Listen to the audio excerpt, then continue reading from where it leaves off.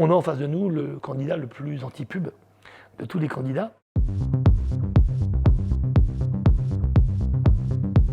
David Béliard fait une campagne qui est compliquée. Sa force, c'est sa marque. Les problèmes liés à l'écologie sont tellement massifs que c'est extrêmement compliqué en fait d'agir au niveau local. C'est l'histoire d'une candidature qui n'a pas percé. Est-ce que c'est le rôle d'un écolo de dire « je suis prêt à tout » ? Non.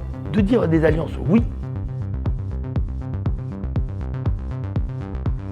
Si David Béliard a été désigné et que ce n'est pas un Yannick Jadot ou quelqu'un d'autre qui a voulu briguer l'hôtel de ville, c'est parce que globalement, les Verts considéraient que ce n'était pas gagnable directement par les écologistes, comme ça pourrait être le cas dans des villes telles que Bordeaux ou Strasbourg. Tout ça avec un diagnostic et de toute façon Anne Hidalgo était déjà suffisamment verte pour que, en gros, elle soit également crédible sur l'écologie. Après, David Béliard fait une campagne qui est compliquée, c'est-à-dire qu'il faisait partie de la majorité municipale, donc aux côtés d'Anne Hidalgo, donc il doit être à la fois dedans-dehors. Dedans, c'était assumer une part du bilan vis-à-vis des autres, et dehors, c'est remontrer que c'était pas suffisant ou que lui pourrait faire plus et que sans pour autant se désolidariser de ce qui a été fait aux côtés d'Anne Hidalgo, il peut faire différent dans l'avenir. Sa force, c'est sa marque. Il est peu connu des Parisiens, mais la marque Europe Écologie Les Verts est à elle toute seule une offre programmatique séduisante pour l'électorat de Paris. Mais sa limite, c'est le fait qu'il est comptable du bilan d'Anne Hidalgo. Il a participé, et les Verts l'ont fait depuis 2001. Il n'a pas pu montrer qu'il était en rupture avec cette politique, avec ce bilan, puisqu'il son camp en a fait partie. Donc ces différents arguments qui peuvent être pertinents sur l'hyperdensification, sur la bétonisation, n'ont pas, je dirais, fait d'effet dans la mesure où elles ramenaient Europe Écologie Les Verts à ce partenariat avec le PS qui date de 19 ans. On est face à un candidat qui n'imprime pas, comme on dit, qui n'imprime pas, c'est-à-dire les gens ne mémorisent pas même son visage. C'est quelqu'un qui existe moins que des gens tout aussi à gauche que lui. On va penser à Yann Brossard qui va être beaucoup plus médiatique. Si on parle de l'écologie, on va peut-être plus penser à Greta Thunberg, à Anne Hidalgo, à Leonardo DiCaprio, qui ont été dans l'actualité parisienne qu'à David Béliard. C'est un peu sa tragédie. Honnêtement, on sait très bien comment ça va finir. Il n'y a pas de suspense. David Béliard essaie d'être le plus haut possible pour pouvoir peser à l'intérieur de la majorité municipale, si c'est Anne Hidalgo qui gagne, et de toute façon, ils finiront ensemble. Donc c'est une espèce de... non pas des jumeaux, mais ils sont attachés comme des siamois. Chacun présente une face de son programme. In fine, si Anne Hidalgo l'emporte, ils seront tous les deux. Alors après, ils régleront leur compte à l'intérieur pour savoir si tel tour doit être construit, si tel projet doit être aménagé. Mais en gros, c'est deux faces assez peu divergentes d'une même pièce de monnaie. Quelque part, le drame des écologistes en politique, c'est qu'ils n'ont jamais su imposer de figure nationale crédible, capable de prendre le pouvoir. Ça peut changer, mais pour l'instant, il n'y en a pas. Donc, ce sont les autres qui bénéficient de l'écologie.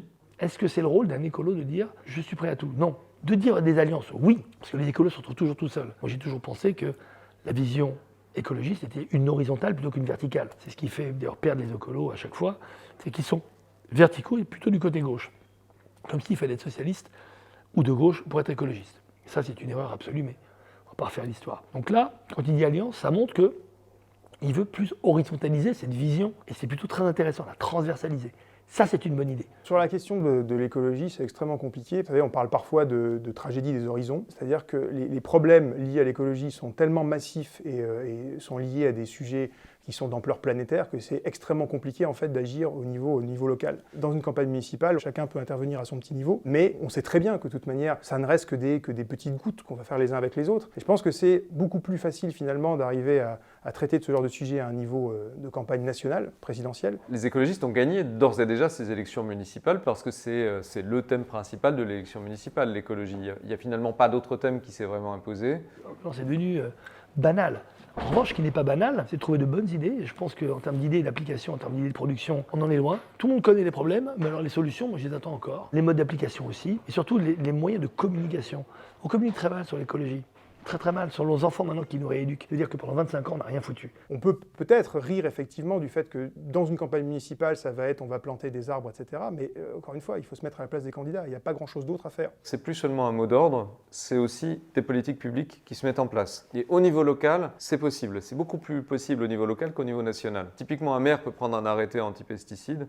Anne Hidalgo peut décider que les voies sur berge seront des voies pour les cyclistes, parce qu'ils ont le pouvoir de le faire, et parce qu'au niveau local, les lobbies sont moins organisés, il y a moins de résistance. Au niveau national, dès que vous touchez un paramètre, le glyphosate, le plastique, vous avez une levée de bouclier de la FNSEA, des syndicats agricoles, de tout le monde industriel agricole. La filière agroalimentaire, elle est surpuissante en France, c'est comme le nucléaire, et donc vous ne pouvez pas faire grand-chose.